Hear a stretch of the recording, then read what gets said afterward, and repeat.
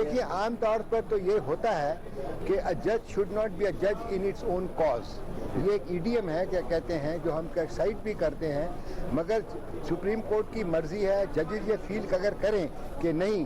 ہم کوئی فرق نہیں پڑے گا، میں اس کو سننا اگر ہم اس کو سنیں گے، مگر اس کا فائنل ڈیسیشن جو ہے وہ جج کے اوپر ہے اور اس کے کانشنس کے اوپر ہے کہ اب اس ایسے مسئلے کو جو کہ اس کے اپنے کیا کہتے ہیں پاورز کے بارے میں ہوں یا اس کی ذات کے مسئلے کے اوپر ہو، وہ سنے یا نہ سنے، فائنل ڈیسیشن اس جج کا اپنا ہے۔ نائب صاحب یہ بتا دیں پارلیمنٹ کا کام قانون سازی کر رہے ہیں، اب ایک قانون بنا دیا گیا، ایک ادارے کا فرض نہیں بنتا کہ پارلیمنٹ کے پاس کرے قانون کے اوپر امپلیمنٹ کرے، یا اگر کوئی تحفظات ہے تو فل کورٹ نے وہ بنا کے اس کی پروسیجر۔ دیکھیں اس لیے میں نے عرض پہلے کر دیا کہ یہ جو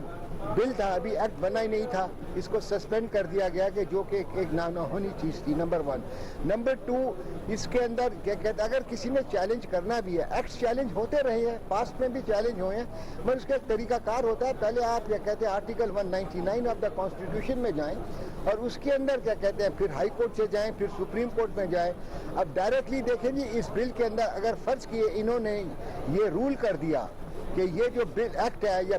یہ کیا کہتے ہیں آئین کے خلاف ہے یا ہماری پاورز کے خلاف ہے، اس کے خلاف پھر کوئی اپیل نہیں ہے،